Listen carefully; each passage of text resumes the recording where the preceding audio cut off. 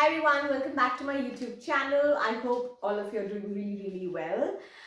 Today again we are back with another video related to reading, true, false, not given. मेरे को पता है कि बहुत सारे students को उसमें issues हैं and hence I'm digging into multiple types of questions. तो आज का question type है जिसमें Dan आता है. Now बहुत सारे students come to me and उनको सिखाया जाता है कहीं ना कहीं institutes में or whatever, या उनको लगता है खुद को कि जहां पर हमारे पास वर्ड दैन आ गया उसमें नॉट गिवन लिख दो, उनका तुक्का सेट है. बट नो, दैन हमेशा नॉट गिवन आंसर नहीं होता. इट्स ओनली जब आप बहुत ज्यादा जल्दी में हो and you don't have time, then by fluke आप लगा सकते हो. बट नो, हमेशा नॉट गिवन नहीं होता. फर्स्ट ऑफ ऑल, दैन का मतलब क्या है? Than is used for comparison. For example, my brother is taller than me, है ना, मेरा भाई मेरे से ज्यादा लंबा है. सो दैन मीन्स कंपैरिजन करना. अब मैं इसमें I am going to take one question और उससे रिलेटेड 3 लाइंस पैसेजेस में कि क्या क्या डिफरेंट आंसर्स हो सकते हैं. फॉर एग्जाम्पल, क्वेश्चन ये है, it is now cheaper to use gas rather than, again for comparison, electricity as a form of heating. क्या मतलब है इसका? कि आजकल गैस को यूज करना इलेक्ट्रिसिटी के मुकाबले ज्यादा सस्ता है हीटिंग के लिए, कि जो गैस है वो ज्यादा सस्ती है हीटिंग के लिए एज कम्पेयर टू इलेक्ट्रिसिटी. अब सपोज हम पैसेज में जाते हैं और एक रेफरिंग लाइन दी हुई है, वहां से रेफरिंग लाइन मतलब वही होती है कि जहां से आपको आंसर मिलेगा. सपोज हमने रेफरिंग लाइन में लिखा है, use of gas for heating is cheap nowadays. अब स्टूडेंट्स को क्या लगता है कि यहाँ पर यूज गैस दिया हुआ है, यहाँ पर भी दिया हुआ है, हीटिंग दिया हुआ है, यहाँ पे भी दिया हुआ है, यहाँ पे चीप दिया, वहां पे भी चीप दिया था, तो वो करते क्या है, वो लिख देते हैं true. But this is wrong. यहाँ पर लिखा है कि यूज ऑफ गैस हीटिंग के लिए सस्ती है आजकल. ठीक है, वहां पर भी लिखा सस्ती है, लेकिन क्या उन्होंने पैसेज में कहीं पर भी कंपैरिजन करा है कि वो ज्यादा सस्ती है इलेक्ट्रिसिटी के मामले में? नो. उन्होंने सिर्फ इतना बोल दिया कि गैस फॉर हीटिंग सस्ती है. ठीक है, गैस फॉर हीटिंग सस्ती, पर क्या पता इलेक्ट्रिसिटी ज्यादा सस्ती हो, हमें नहीं पता, है ना.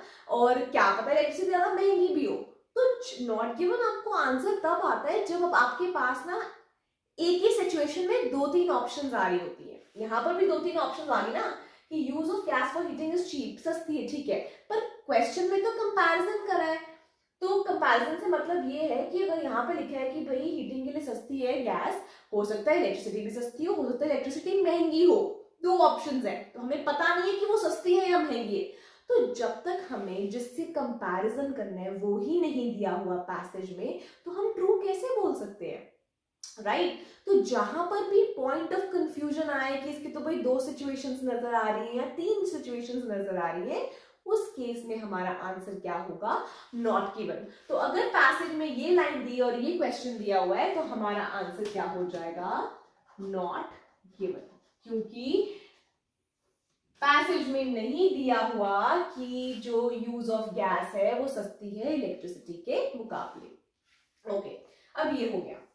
सपोज हमें नेक्स्ट आता है, use of gas for heating is $1 per unit. मतलब जो यूज ऑफ गैस है हीटिंग के लिए उसकी कॉस्ट है $1 per unit, as compare to electricity which cost $2 per unit. और इलेक्ट्रिसिटी की हमें कॉस्ट दी हुई है $2. अब आप ये सोचो कि use of gas for heating $1 है, इलेक्ट्रिसिटी $2. तो सस्ता क्या है? गैस, है ना. सस्ती क्या है? गैस. क्वेश्चन में क्या लिखा था? It is now cheaper to use gas, की गैस सस्ती है इलेक्ट्रिसिटी के मामले. यहां पर उन्होंने चीपर वर्ड नहीं दिया, पर उन्होंने कॉस्ट बता दी है. तो बात तो सेम ही करी है. यहां पर भी यही बोला कि भाई गैस सस्ती है एज कम्पेयर टू इलेक्ट्रिसिटी. तो यहां पे क्या आंसर आएगा हमारा? ट्रू.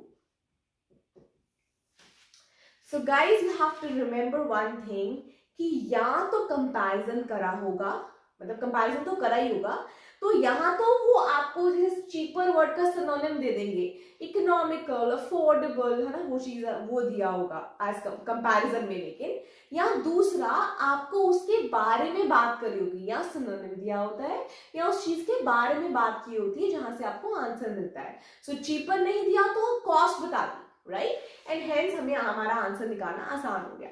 अब तीसरी सिचुएशन, ये भी हो गया. तीसरी situation, using gas for heating is the most expensive way. वो बोल रहे हैं गैस को यूज करना हीटिंग के लिए सबसे महंगा तरीका है। मैंने पिछली एक वीडियो में डिग्रीज ऑफ एडजेक्टिव्स करवाई थी और उसमें मैंने बताया था कि जो सुपरलेटिव डिग्री होती है like this, the most expensive way, the most expensive मतलब सबसे ज्यादा महंगा तरीका है, तो इसके सामने कोई भी तरीका आ जाए वो सस्ता ही होगा इसके मुकाबले, राइट। तो वो बोल रहे हैं कि गैस को यूज करना सबसे महंगा तरीका है। तो चाहे इलेक्ट्रिसिटी है वो भी सस्ती है इसके मुकाबले, कि सबसे महंगा है तो बाकी सारी चीजें सस्ती हैं। तो अगर ये सबसे महंगा है और वहां पे बोल रहे it is now cheaper to use gas rather than electricity, और ये लिखा है use of gas is the most expensive, cheap नहीं है, तो यहाँ पे आंसर क्या आ जाएगा, फॉल्स। यहां पर दैन तो नहीं लगाया, ठीक है, मैं ये समझती हूँ उसमें दैन नहीं लगाया, और बहुत सारे स्टूडेंट्स कंफ्यूज भी होते हैं कि मैम इसमें तो कंपैरिजन करा ही नहीं।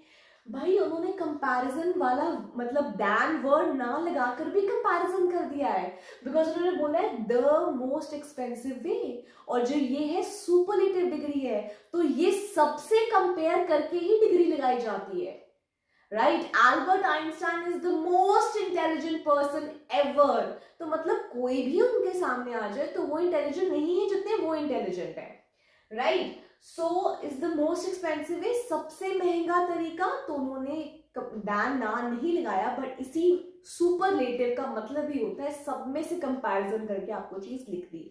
सो या and hence the answer is false here.